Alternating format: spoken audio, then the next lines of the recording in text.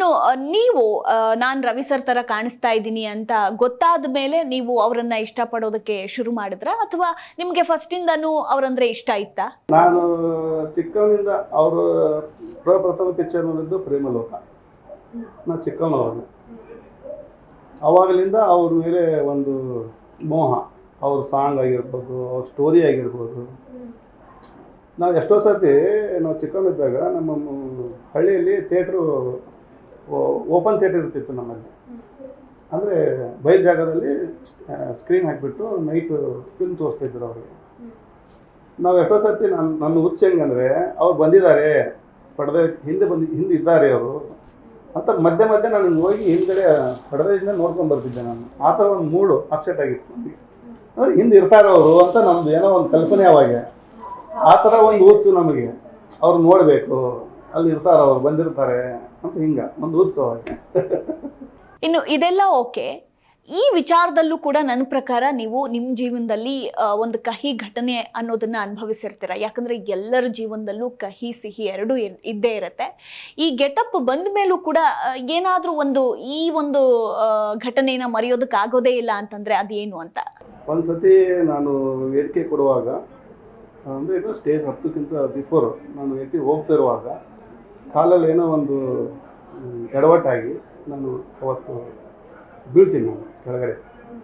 ಅವಾಗೆ ನನ್ನ ಮೊಣಕಾಲು ನೋವು ಫ್ರ್ಯಾಕ್ಚರ್ ಆಗುತ್ತೆ. ಆದರೂ ಕೂಡ ಅವತ್ತು ಆ ನೋವು ಇಟ್ಕೊಂಡು ಆ ಸಾಂಗ್ ಆಫ್ ಮಾಡಲ್ಲ ನಾನು ಸ್ಟೇಜ್ ಮೇಲೆ. ಒಂದು ಎಂಟ್ರಿ ಕೊಡ್ತೀನಿ ನಾನು, ಅವ್ರು ನೋಡೋರು ಕಾಣಲ್ಲ ಜನರಿಗೆ, ಇದ್ದಿದ್ದಷ್ಟೇ ಗೊತ್ತು ಅವರಿಗೆ. ನನ್ನ ಒಳಗಡೆ ನೋವು ಏನಿದೆ ಅನ್ನೋದು ಗೊತ್ತಿಲ್ಲ ಅವ್ರಿಗೆ.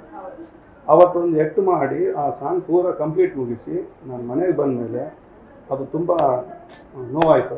ಅವಾಗ ನನ್ನ ಮನೆಗೆಲ್ಲ ಫ್ಯಾಮಿಲಿ ಮೆಂಬರ್ಸ್ ಏನು ಮಾಡಿಬಿಟ್ರು, ಇನ್ನು ಮುಂದೆ ನೀವು ಈ ವೇದಿಕೆ ಮಾಡೋದು ಬೇಡ, ಈ ಥರ ಆಗ್ತಿರ್ತಾವೆ ಬೇಡ, ಇದು ಯಾಕೋ ನಮ್ಗೆ ಸರಿ ಹೋಗ್ತಾ ಇಲ್ಲ, ಏನೇನೋ ಪ್ರಾಬ್ಲಮ್ ಬರ್ತಾವೆ, ಬೇಡ ಅಂತ ಒಂದು ಮಾತು ಹೇಳಿಬಿಡ್ತಾರೆ. ಅವಾಗೆ ನಾನು ಸುಮಾರು ಒಂದು ವಾರ ಫುಲ್ ಅಪ್ಸೆಟ್ ಆಗಿಬಿಡ್ತೀನಿ. ಅವಾಗ ನನ್ನ ಜೀವನ ಇಲ್ಲಿ ಮುಗಿತಪ್ಪ, ನಮ್ದು ಏನಿಲ್ಲ. ಅಲ್ಲ, ಬದುಕೋದಕ್ಕೆ ದಾರಿ ಇತ್ತು ನನಗೆ. ನನ್ನ ಫೋಟೋಗ್ರಫಿ ಜೀವನ ಇತ್ತು, ನಂದು ಬಟ್ಟೆ ಶಾಪ್, ರೆಡಿಮೇಡ್ ಶಾಪ್ ಬಿಸ್ನೆಸ್ ಇದೆ. ಬಟ್ ಇದು ಮುಖ್ಯ ಅಂದ್ಕೊಂಡ್ಬಿಟ್ಟಿದ್ದೆ ನಾನು. ಇದನ್ನು ಬಿಟ್ಟರೆ ನನಗೆ ಆಗಲ್ಲ, ಏನಪ್ಪ ಇದು, ಈ ಥರ ಮನೇಲಿ ಹೇಳ್ಬಿಟ್ರೆ ಹೆಂಗೆ ಹೋಗ್ಬೇಕು? ಒಬ್ಬ ಕಲಾವಿದರಿಗೆ ಅದಕ್ಕೆ ಕುಟುಂಬದವ್ರ ಸಪೋರ್ಟ್ ಇದ್ರೇ ಅವ್ರು ಕಲಾವಿದ ಆಗಕ್ಕೆ ಸಾಧ್ಯ, ಇಲ್ಲಾಂದ್ರೆ ಆಗಕ್ಕೆ ಸಾಧ್ಯ ಇಲ್ಲ. ಅದಕ್ಕೆ ಅವರೇ ಈ ಥರ ಅಂದ್ಬಿಟ್ರೆ ಹೆಂಗಪ್ಪ ಅಂತ ನಾನು ಒಂದು ವಾರ ಮಾತ್ರ ಅವತ್ತು ಫುಲ್ ಅಪ್ಸೆಟ್ ಆಗಿಬಿಟ್ಟಿದ್ದೆ. ಅವಾಗ ಅದು ಮತ್ತೇನೋ ಒಂಚೂರು ನಮ್ಮ ರಿಲೇಷನ್ ಎಲ್ಲರೂ ಸೇರಿ ಒಂಚೂರು ಏನೋ ಮಾತಾಡಿದರು, ಈ ಥರ ಮಾಡು, ಈ ಥರ ಮುಂದೆ ಆಗಲ್ರ ಮೇಂಟೈನ್ ಮಾಡಪ್ಪ ಅಂತ ಹೇಳಿದರು. ಏನೋ ಮತ್ತು ಅಲ್ಲಿಂದ ಹೊಳ್ಳಿ ವಾಪಸ್ ನಮಗೆ ರಿಟರ್ನ್ ಅವರು ಸಪೋರ್ಟ್ ಮಾಡೋಕ್ಕೆ ಹತ್ತಿದ್ರ ಮೇಲೆ ನನಗೆ ಈಗ ಇಲ್ಲಿವರೆಗೆ ಬಂದು ಕುತ್ಕೊಳ್ಳೋಕ್ಕೆ ಆಗಿದೆ. ಜಿ ಕನ್ನಡ ನ್ಯೂಸ್ ಈಗ ನಿಮ್ಮ ಮನೆಯಲ್ಲೇ ನೋಡಿ. ಎಲ್ಲ ಕೇಬಲ್ಗಳಲ್ಲಿ ಈಗ ಲಭ್ಯ.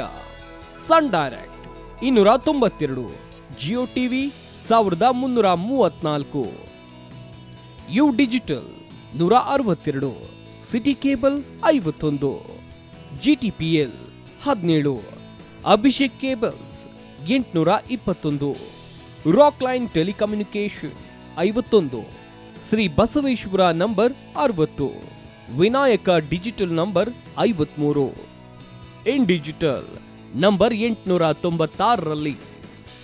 ನಿಮ್ಮಿಸ್ತದ ಜಿ ಕನ್ನಡ ನ್ಯೂಸ್ ನೋಡಿ ಆನಂದಿಸಿ.